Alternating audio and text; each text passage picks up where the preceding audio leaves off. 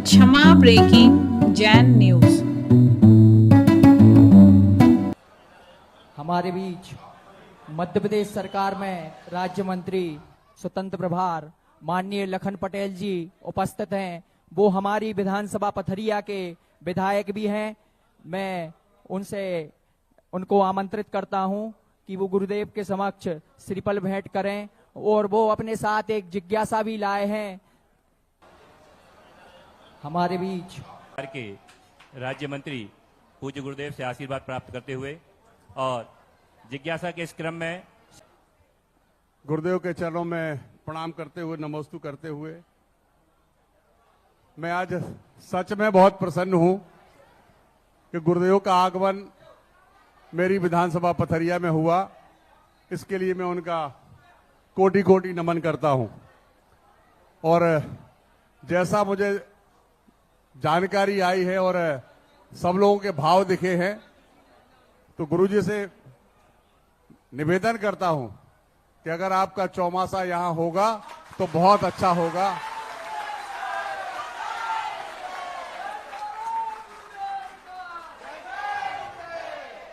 हमारी पथरिया आपके वचनों से धन्य हो जाएगी। और मेरी जिज्ञासा यह है, मध्य प्रदेश सरकार ने आप सबके आशीर्वाद से, मुनि लोगों के आशीर्वाद से मुझे पशुपालन विभाग और डेयरी विभाग मंत्री बनाया है। और आज मैं जो भी समस्या देखता हूं, मेरे दिन रात मेरी नजरों में एक बात रहती है, माननीय मुख्यमंत्री जी की भी एक चिंता है। मैं उस चिंता का आपसे सॉल्यूशन भी चाहता हूं और आपका वो मार्गदर्शन भी चाहता हूं। आज बहुत सारी गाय बेसहारा सड़क पर हैं। बहुत सारी गौशालाएं काम कर रही हैं, बहुत सारे लोग काम कर रहे हो। खास तौर से दयोदय फाउंडेशन जो है, जैन समाज जो कर रही है, ये लगभग 126 गौशालाएं चला रही है। और जहां जहां भी मैं गया तो सबसे अच्छा संचालन कर रहे हैं तो दयोदय फाउंडेशन वाले कर रहे हैं। उन्होंने मुझसे कहा भी है कि और भी हम करेंगे, लेकिन ये सबसे बड़ी समस्या है मध्य प्रदेश की। आज 10 लाख बेसहारा गाय सड़क पर है। तो गुरुदेव आपका मार्गदर्शन मिले कि इस समस्या से हम कैसे निजात पाएं और कैसे इसको पूरा कर सकें कि गौ माता सड़क पर ना दिखे।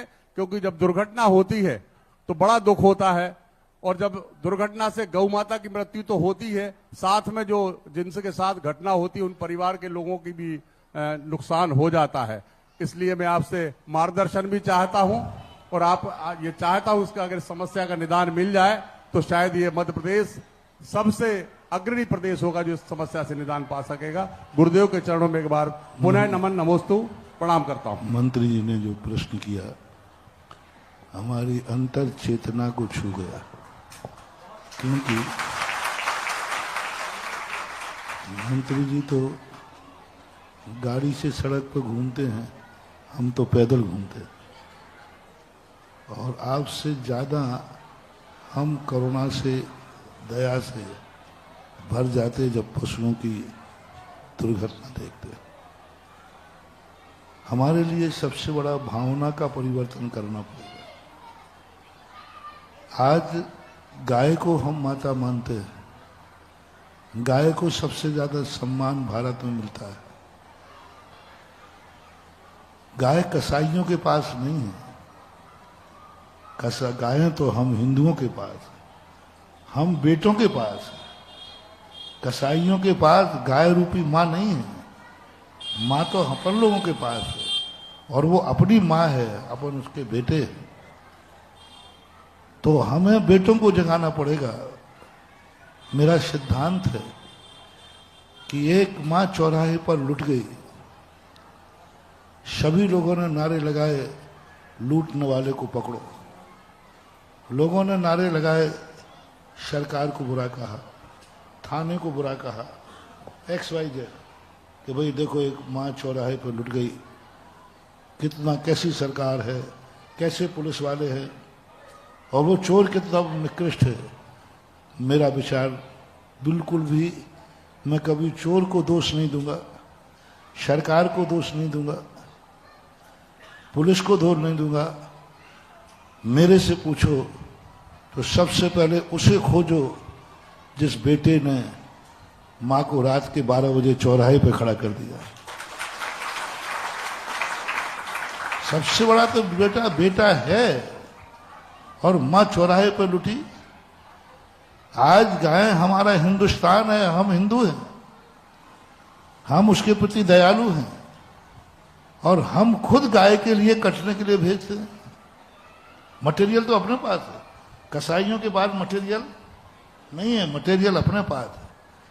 यदि सारे भारत के जागरण में मैंने कई स्थानों पर, राजस्थान में ये गांव-गांव में मैंने अभियान चलाया था, उस समय भैरव सिंह शेखावत थे, उनसे भी हमने कहा था गांव-गांव में जाकर के ये अभियान चलाया जाए, गाय को अपने खूंटे पर मरने दो। मां बेटे की गोद में मरती है और गाय किसान के खूंटे में मरती है, इससे बड़ा वरदान दुनिया में कोई दूसरा हो नहीं। तो गायों को जो बेचने की परंपरा है, दूध निकाल करके दूध देना बंद कर दें, कल ही मैंने कहा था, ये भावनाओं को हमें परिवर्तन करना पड़ेगा।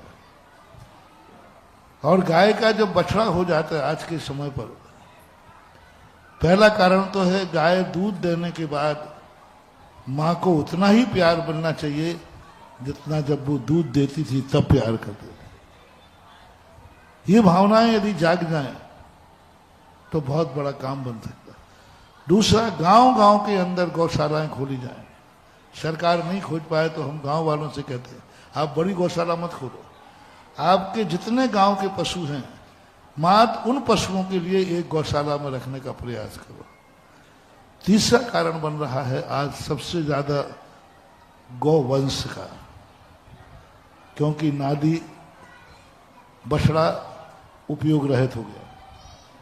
पहले बछड़ा होता था, बैल बनता था, किसान के काम आता था, गाड़ियों के काम आता था।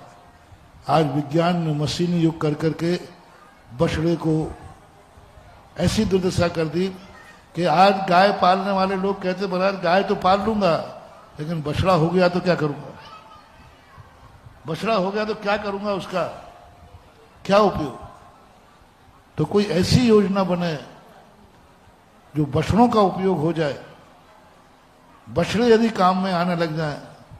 हमारे पूज्य गुरुदेव ने एक अभियान चलाया था, गाय बचाना है तो हर किसानों के लिए सरकार बैलगाड़ी दे, उस पर सब्सिडी दे, जो 2 बछड़ों को अपने घर में रखेगा उसको सरकार कोई ना कोई प्रोत्साहन दे। तो बछड़ों को अपन को बचाना, अपन कह देंगे तो मानेंगे नहीं, किसान कहता है मैं करूं क्या बछड़ों की।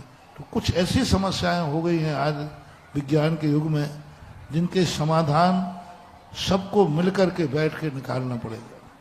और हमारे पूज्य आचार्य महाराज का तो यही नीति थी, जब सरकारों से बैठ के मीटिंग की कि भाई गाय बंद होना चाहिए, बंद करना, मांसाहार निर्यात बंद होना चाहिए, तब सरकारों के पास तो अनेक प्रकार की समस्याएं होती, विश्व स्तरीय समस्याएं होती हैं।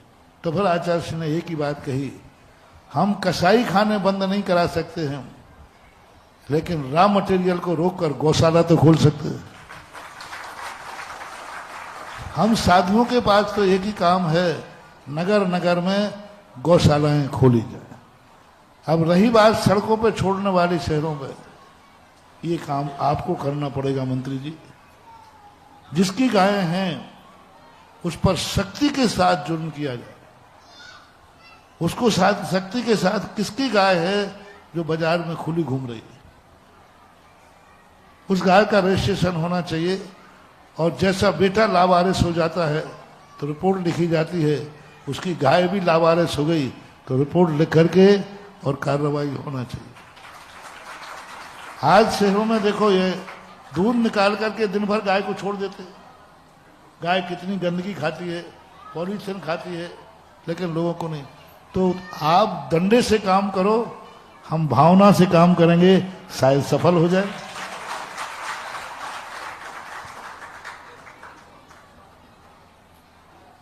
अच्छा, सुझाव भी आया, मार्गदर्शन भी आया।